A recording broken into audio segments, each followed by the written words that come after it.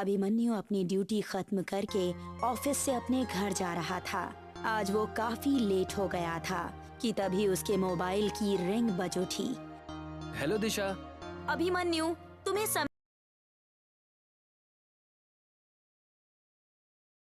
का अनुमान भी है?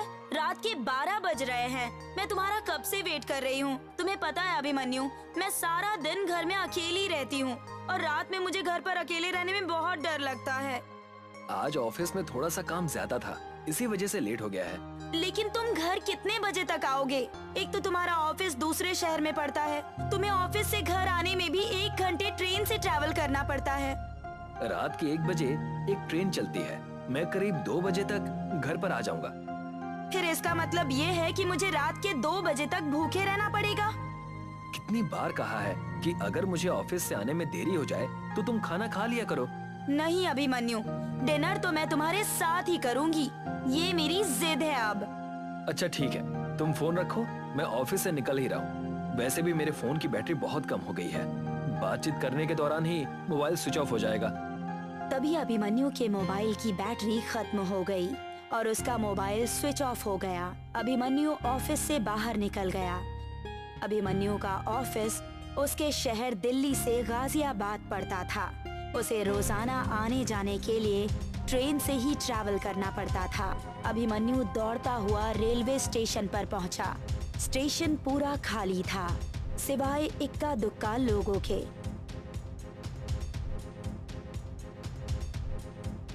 अभिमन्यु ट्रेन में चढ़ गया, मगर ट्रेन को चलते हुए कुछ आधा घंटा ही हुआ था कि एक जोरदार झटके से अभिमन्यु की नींद टूट गई। वो दरवाजे के पास आ गया। उसने देखा कि कुछ लोग टीटी से कुछ बातें कर रहे थे। अभिमन्यु भी नीचे उतर गया।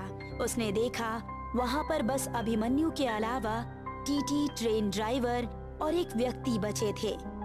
क्या हुआ? पेंटोग्राफ डैमेज हो गया है और अब ट्रेन फंस गई है। फंस गई है? इसका क्या मतलब है? अरे भाई, आपने ठीक से सुना नहीं क्या? मैंने कहा कि पेंटोग्राफ डैमेज हो गया है, ट्रेन अब आगे नहीं जा सकती।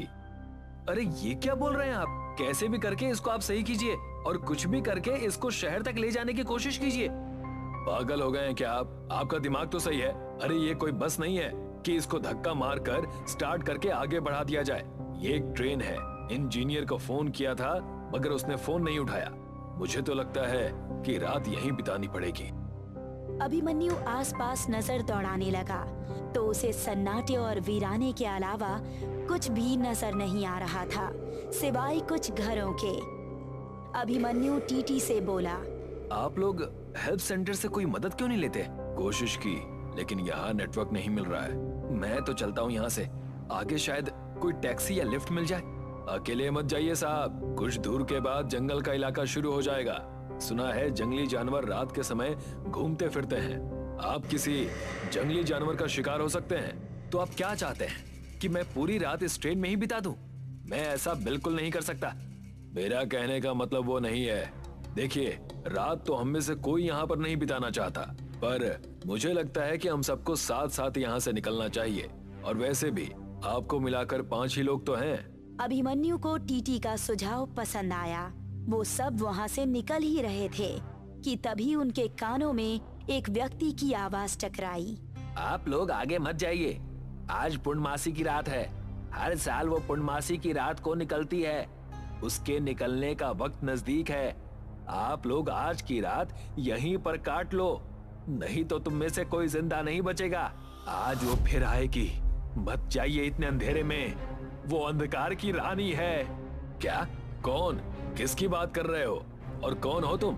इतनी रात में तुम यहाँ पर कर क्या रहे हो? उसके निकलने का वक्त हो गया है। आगे आप सबकी जान को खतरा है।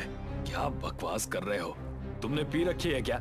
लगता है तुमने कोई हॉरर मूवी देख ली है जो तुम्हारे दिमाग से अब तक नहीं उतरी। जाओ यहाँ से। मैंने कोई शराब नहीं पी रखी। सामने बने हुए उन घरों को देख रहे हैं आप लोग? उन घरों में मौजूद वो सब लोग डर की वजह से अपने अपने घरों में दुबके हुए हैं। रात के 1 बज रहे हैं तो जाहिर सी बात है कि उन घरों में मौजूद सभी लोग सो रहे होंगे। वैसे तुम किसकी बात कर रहे हो? रात में जंगली जानवर निकलते हैं ये तो सुना था, मगर ये रात की रानी निकलती है, ये पहली बार सुना है। इतना कहकर अभिमन्यु जोर जोर से हंसने लगा और साथ ही साथ बाकी पैसेंजर्स भी। उसका नाम शलाका है, जो एक डायन है।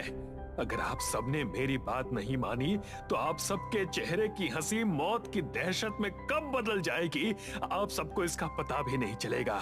मैं आप लोगों की जान बचाना चाहता हूँ। इससे आगे अगर तुमने कुछ और बोला ना तो तुम्हें तुम्हारी जान बचाने के लाले पड़ जाएंगे। मार मार कर तुम्हारी हालत खराब कर दूंगा। इतना कहकर टीटी पैसेंजर्स की ओर देखकर बोला, अरे कुछ नहीं, ये यहीं का रहने वाला कोई व्यक्ति होगा जो शराब पीकर स्टेशन पर सो गया होगा और इसने नशे की हालत में कोई भयानक सपना देखा होगा और होश आने पर इसके मन में जो आ रहा है वो बके जा रहा है। मुझे तो लगता है कि ये अब भी होश में नहीं है। आप सही कहते हैं, चलो चलते हैं यहाँ से। अगर इसकी बकवास और सुनेंगे तो हो सकता है कि सुबह यहीं हो जाए। वो व्यक्ति चिल्लाता रहा मगर किसी ने उसकी बात नहीं सुनी। वो सब वहाँ से निकल गए। अभिमन्यु और वो लड़की साथ साथ चल रहे थे। उस लड़की ने अभिमन्यु से पूछा, आप दिल्ली के रहने वाले हैं, है ना? हाँ। आपको पता है, आप जहाँ रहते हैं मैं भी वहीं पर रहती हूँ। रियली? कहाँ पर? आप दिल्ली की प्रीतम नगर में बनी हुई फ्रेंड्स कॉलोनी में रहते हैं। अरे आपको तो वाकई पता है कि मैं कहाँ रहता हूँ। आप मुझे कैसे जानती हैं? आपके घर के सामने वाले घर में ही रहती हूँ मैं। अरे वो तो राधा आंटी का घर है, लेकिन मैंने तो आपको वहाँ कभी नहीं देखा। मैं राधा आंटी की दूर की रिश्तेदार की भतीजी हूँ। मेरा नाम तान्या है। कुछ दिनों पहले ही दिल्ली आई हूँ। मैं भी इसी शहर में जॉब करती हूँ, मगर मेरी ड्यूटी दोपहर को ही समाप्त हो जाती है और आप अक्सर अपने घर पर लेट पहुँचते हैं और सुबह जल्दी ऑफिस के लिए चले जाते हैं, इसीलिए कभी हमारा आमना सामना नहीं हुआ। मेरा नाम अभिमन्यु है। वैसे आज आप लेट कैसे हो गई? आज मेरे बॉस को अचानक शहर से बाहर जाना पड़ा और उनका सारा काम मुझे ही करना पड़ा। इसका मतलब आज आपका हाल भी मेरी ही तरह हुआ। इसी तरह बात करते करते वो पटरियों से चलते हुए आगे बढ़ने लगे।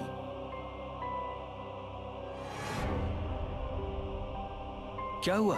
तान्या थोड़ा घबरा कर बोली, शायद आगे कोई खड़ा है। तान्या की बात सुनकर सब लोग वहीं पर रुक गए। आगे हॉल्ट लाइन थी। दोनों तरफ रेड लाइट हल्की हल्की रोशनी दे रही थी और उस रोशनी के बीच कोई खड़ा था।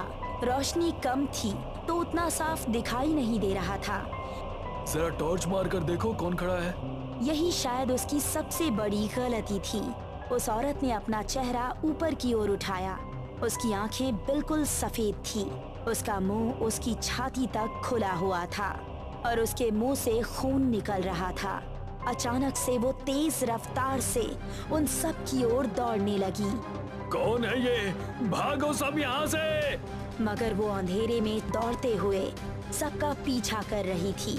उस भयानक बला ने तुरंत छलांग लगाकर ड्राइवर को गिरा दिया और ड्राइवर का गला पकड़ लिया और फिर उसने ड्राइवर को मार दिया और उसके बाद वो ड्राइवर की लाश को खाने में व्यस्त हो गई। अब सिर्फ 4 लोग ही बचे थे। अभिमन्यु और सारे लोग पूरी ताकत लगाकर वहाँ से भागने लगे। काफी देर भागने के बाद उन्हें एक पुराना सा पाइप दिखा। वो सब लोग उस पाइप के अंदर जाकर बैठ गए। वो सब काफी देर तक उसमें छुपे रहे। आखिर वो भयानक औरत थी कौन? वो गांव वाला सही बोल रहा था। लगता है हम में से अब कोई नहीं बचेगा। तुम शायद सही कह रही हो। वो गांव वाला सही कह रहा था, मगर हमें हिम्मत नहीं हारनी चाहिए।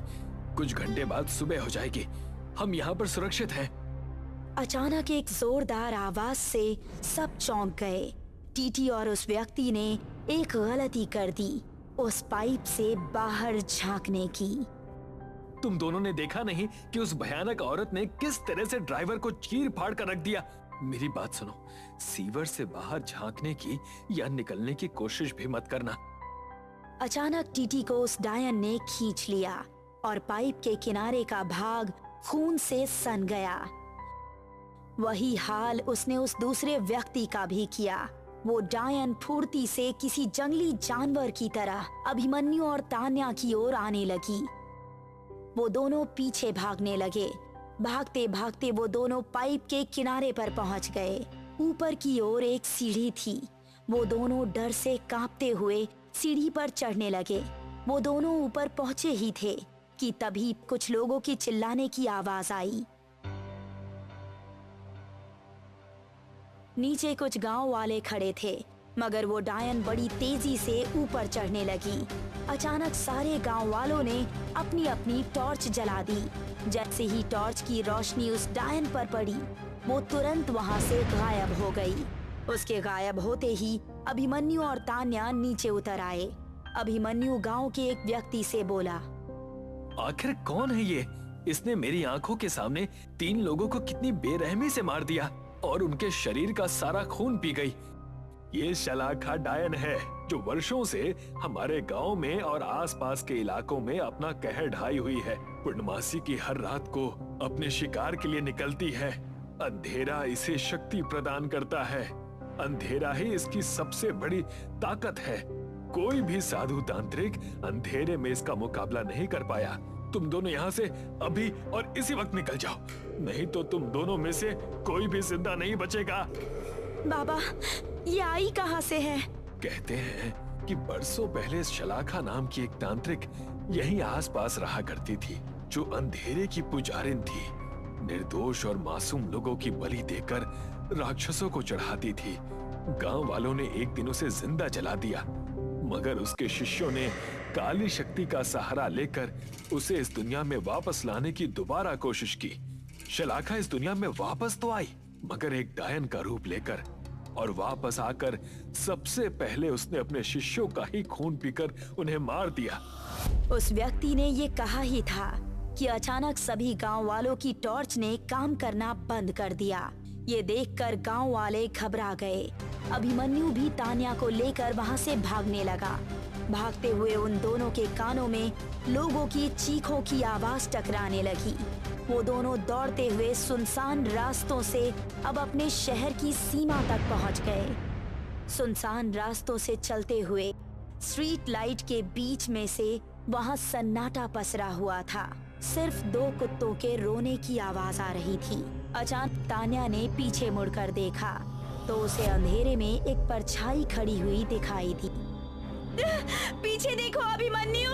अभिमन्यु ने जैसे ही पीछे मुड़कर देखा तो सामने वही डायन खड़ी थी। वो तान्या को देखकर अजीब तरह से हंसने लगी। अभिमन्यु इससे पहले तान्या को भागने के लिए कहता कि अचानक उस डायन ने बिजली की रफ्तार से तान्या को पकड़ लिया और देखते ही देखते उसने तान्या का सिर उसके धड़ से अलग कर दिया। उस डायन ने बड़ी फुर्ती से अपने कदम अभिमन्यु की ओर बढ़ा दिए। वो जैसे ही अभिमन्यु के नजदीक पहुंची कि अचानक वो बड़ी ही फुर्ती से पीछे की ओर हट गई, जैसे कि उसे किसी ने पूरी ताकत से पीछे की ओर धकेल दिया हो। ये देखकर अभिमन्यु हैरत में पड़ गया। उसके पीछे हटने की वजह से डायन के चेहरे का क्रोध और बढ़ गया। वो अभिमन्यु की ओर घूरते हुए भारी आवाज में बोली, सुबह का वक्त हो गया है और मेरे जाने का भी वक्त हो गया है। तू खुशनसीब है, वरना शलाखा अपने आखिरी शिकार को कभी नहीं छोड़ती। और अचानक वो वहां से गायब हो गई। अभिमन्यु पूरी ताकत से वहां से भागने लगा। घर पर जाकर वो बेहोश हो गया। क्या हुआ अभिमन्यु? मैं तुम्हारा रात भर बेचैनी से इंतजार कर रही थी। कहाँ थे तुम पूरी रात बताओ? और तुम्हारा मोबाइल भी स्विच ऑफ आ रहा था। अभिमन्यु कांपते कांपते सारी घटना अपनी पत्नी दिशा को बताने लगा। अभिमन्यु उसी दिन दिल्ली शहर को छोड़कर मुंबई शिफ्ट हो गया और फिर वो दोबारा दिल्ली कभी नहीं गया। गोपीनगर नाम का गांव बहुत अमीर है। यहाँ के लोग सिर्फ अपने काम से मतलब रखते हैं। ऐसे ही लोगों को मतलबी कहा जाता है। यहाँ एक पीपल का पेड़ है जो बहुत ही घना है, जिसके नीचे चबूतरा बना हुआ है। सब लोग हंसी खुशी से रहते थे, लेकिन एक दिन भिखारन बुढ़िया दूसरे गांव से भीख मांगते गोपीनगर गांव पहुंच जाती है। वो मोहन के दरवाजे पर जाती है और भीख मांगती है। बेटा कुछ खाना दे दो, भूख लगी है, भगवान आपको और धन देंगे। सुबह सुबह भीख कौन मांगता है? काम पर जाने के समय। जाओ आगे, मैं अभी काम पर जा रहा हूँ। बाहर की आवाज सुनकर अंदर से कमला बाहर आई। रुको, मैं इनके लिए कुछ खाना लाई हूँ। भगवान तुम्हारा भला करे। बुढ़िया चली जाती है। क्या जरूरत थी खाना देने की? पैसे की बर्बादी करती हो। लोग सब हमसे अमीर हो रहे हैं और तुम उड़ा दो पैसे। तुम बिना मतलब की बात मत करो। खाना खराब हो चुका था इसलिए दे दिया। खाना लेकर बुढ़िया पीपल के पेड़ के नीचे चली जाती है। खाने को खोलती है तो उसमें से बदबू आ रही है। गौर से देखा तो उसमें कीड़े पड़ चुके थे। गरीब बुढ़िया ने खाना फेंक दिया और दूसरे घरों में भीख मांगने चली गई। और वो शीला नाम की औरत से बोली, भगवान भला करेंगे तुम्हारा, मुझे कुछ खाना दो और गंदा खाना मत देना। मैं पहले से ही बीमार हूँ और बीमार हो जाऊंगी। आहा, एक तो भीख मांगती है और ऊपर से फरमाइश। जाओ, नहीं है मेरे पास तुमको देने के लिए कुछ। गरीब बुढ़िया वहां से दूसरे घर में खाना मांगने चली गई। एक आदमी ने थोड़ा सा खाना दिया। बेटा थोड़ा सा खाना और दे दो, इसमें तो पेट भी नहीं भरेगा। देखो, हम इससे ज्यादा नहीं दे सकते। महंगाई का जमाना है। पेट्रोल कितना महंगा हो गया है पता है? गरीब बुढ़िया को गांव के लोगों से इतनी कम भीख मिली कि उससे उसका पेट नहीं भरता। कुछ दिनों में वो और ज्यादा कमजोर हो गई। बहुत अधिक गर्मी होने के कारण एक दिन बुढ़िया को बहुत जोरों से प्यास लगती है। आसपास पानी ना मिलने के कारण वो लोगों के घर जाकर पानी मांगने लगती है। लेकिन वहां के लोग इतने मतलबी हैं कि गरीब बुढ़िया को पानी भी नहीं दे रही हैं। कोई मुझे पानी दे दो, कोई मुझे पानी दे दो। उसे कोई भी पानी नहीं देता है। उसे देखते ही वहां के लोग भगा देते थे। लोगों के घर जाकर वो बहुत थक चुकी थी, लेकिन उसे एक बूंद पानी पीने को नसीब नहीं हुआ। चलते चलते वो उस पीपल के पेड़ के नीचे पहुंचकर बैठ जाती है। कुछ देर बाद बीमारी और पानी ना मिलने के कारण बुढ़िया की वहीं पर मृत्यु हो जाती है। बुढ़िया की मृत्यु होने के बाद अचानक वहां अजीब अजीब सी घटनाएं होने लगती हैं। जब रात को लोग सो रहे होते हैं तो आधी रात को एक औरत की तेजी से रोने की आवाज सुनाई देती है।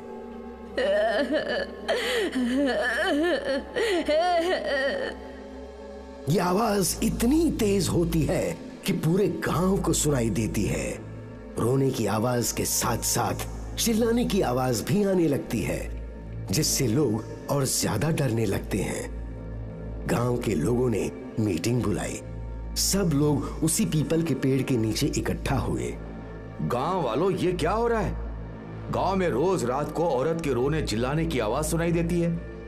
इसका क्या उपाय है? मेरे बच्चे बहुत डर रहे हैं। इसका उपाय है, सब अपने अपने घर में हनुमान चालीसा शाम को बजाओ। इसके बाद आवाज आनी बंद हो गई। लेकिन एक दिन मोहन उस पीपल के पेड़ के नीचे से जा रहा था कि उसकी कार खराब हो गई।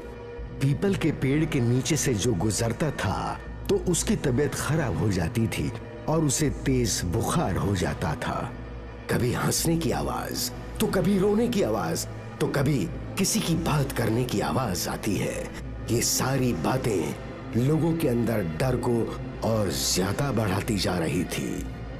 एक दिन अचानक गांव में पीपल के पास वाले घर में रहने वाला एक व्यक्ति कुछ दिनों से लापता है। सुबह उस व्यक्ति का मृत शरीर पीपल के पेड़ के नीचे पड़ा हुआ मिलता है।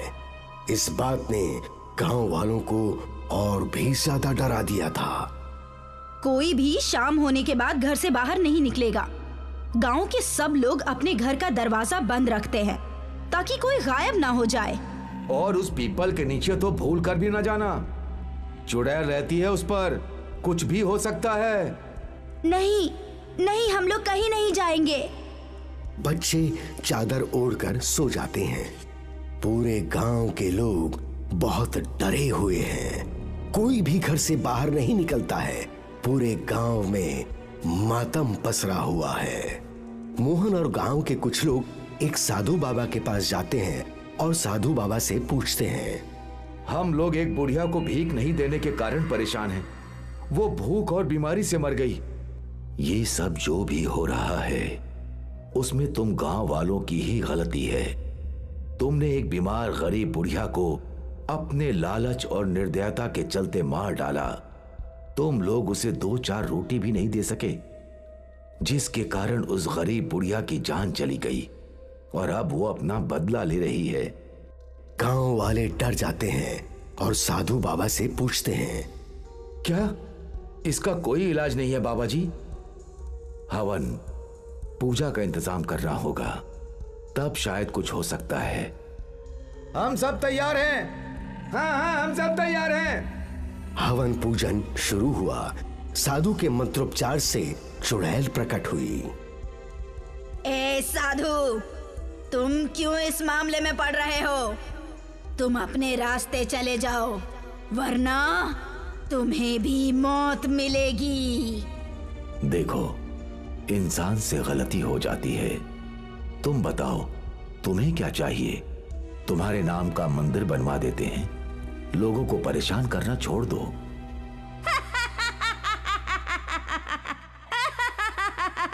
जिंदा में तो कुत्ते से भी ज्यादा बुरा व्यवहार किया, अब देवी देवताओं की बराबरी दे रहे हो। मैं उस लायक नहीं हूँ। मैं चुड़ैल हूँ, चुड़ैल। कुछ तो उपाय होगा जिससे कि तुम गांव वालों को छोड़ दो। एक उपाय है, इन सब पापियों को गांव छोड़ना पड़ेगा, वरना मरेगा।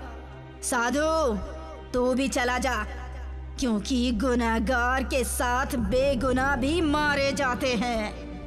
इस गांव को मेरा श्राप है कि जो गांव में रहेगा वो तिल तिल मरेगा, जैसे मैं मरी थी। चुड़ैल गायब हो गई। साधु गांव वालों से बोलता है, इसका कोई इलाज नहीं है। जब तक वो अपना बदला नहीं ले लेती, वो शांत नहीं होगी। धीरे धीरे लोग बीमार होने लगे। बीमारी बढ़ती जा रही थी, जिसके कारण गोपीनगर वालों को मजबूरी में वो गांव छोड़कर दूसरी जगह जाना पड़ा। लोगों को एक गलती के कारण अपना घर, अपनी जमीन, जायदाद सब छोड़कर जाना पड़ा। ये गांव अब सुनसान पड़ा है। यहाँ ना तो कोई आता है और ना ही कोई रहता है। इसीलिए कभी भी घमंड और निर्दयता में हमें किसी का अनादर नहीं करना चाहिए।